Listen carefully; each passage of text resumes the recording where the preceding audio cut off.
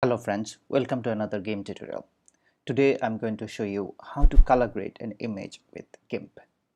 So let's get into it. Friends, as you can see, I have got an image here and I already have duplicated this image.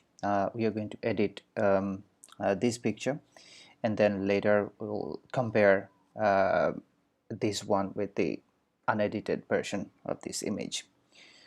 So at first we are going to the color menu here, and as you can see, this picture was taken in a harsh light condition, and therefore we see a lot of shadows here, darker areas uh, in the middle, where a lot of activity is going on.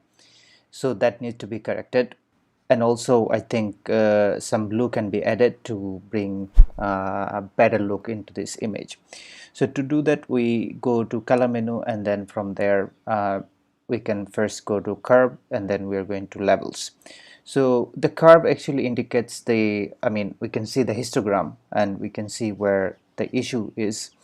So as you can see here, there is a spike and it indicates that we have extra light around here maybe, and in the middle, as you can see, it's not properly exposed. So what we can do, we can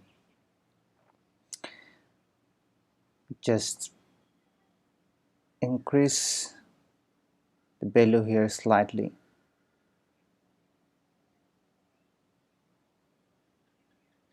Yep.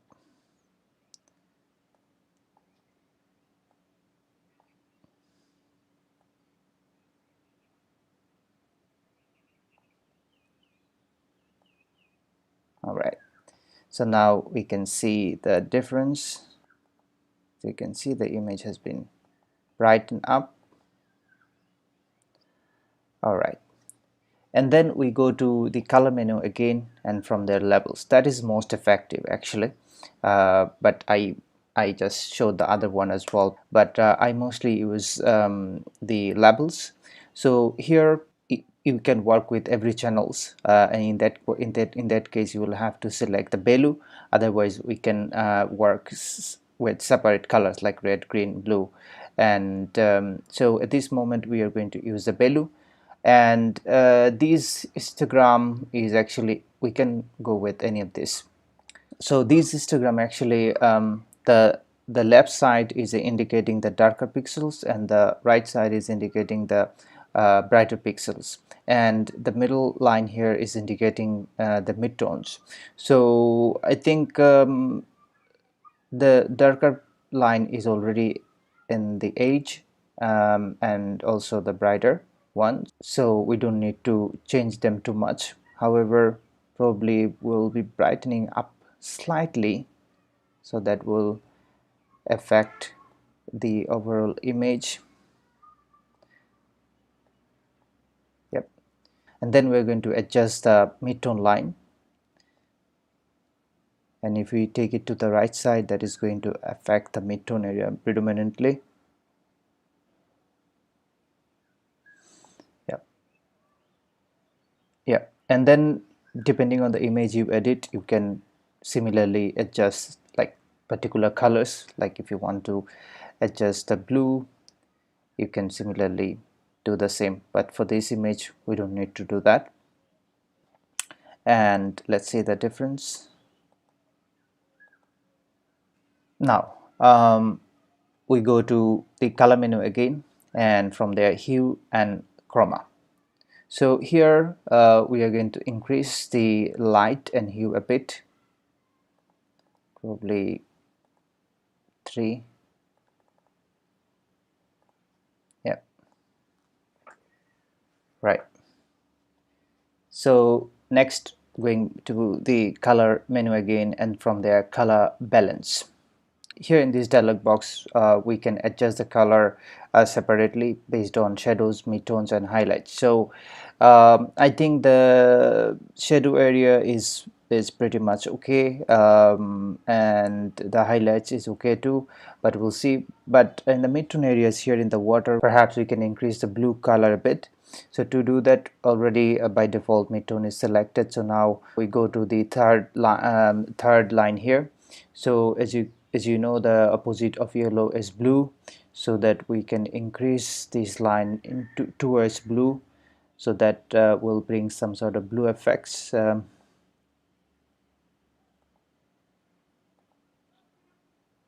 Yep, you probably can see the difference.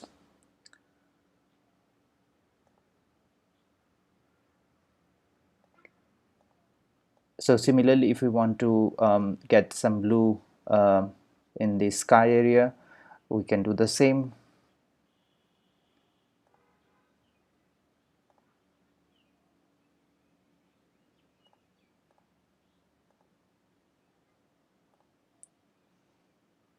Whenever you're happy, hit OK, and in between you can see the difference.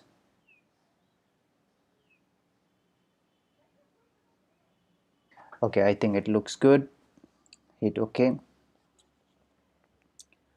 Right, so now we go to color temperature, and here the first line is actually indicating the original temperature, and the second one is indicating the intended temperature. So we can increase the original temperature slightly, and then we decrease the intended temperature slightly,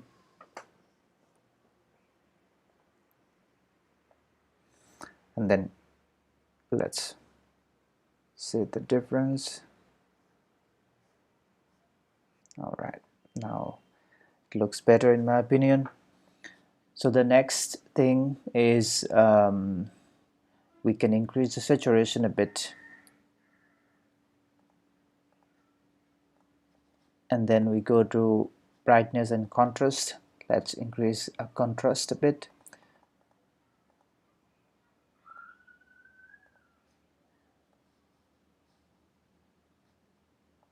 Okay, we are pretty much done. And then to enhance this image a bit, I would rather recommend you to duplicate this image and then go to filters, from there high pass,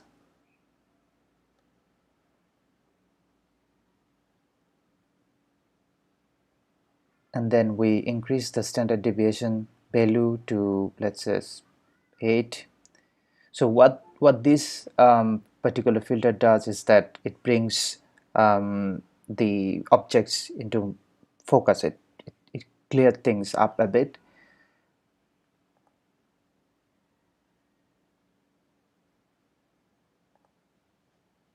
Okay, so probably 8 is too much, so because we already have increased the contrast, and then we hit OK. Now we change the mode to overlay, and now let's see the difference. Zoom it. Yep.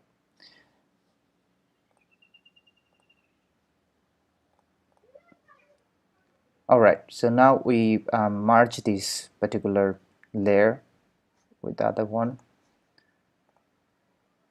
Alright, we are pretty much done. So now let's compare this one with the unedited image.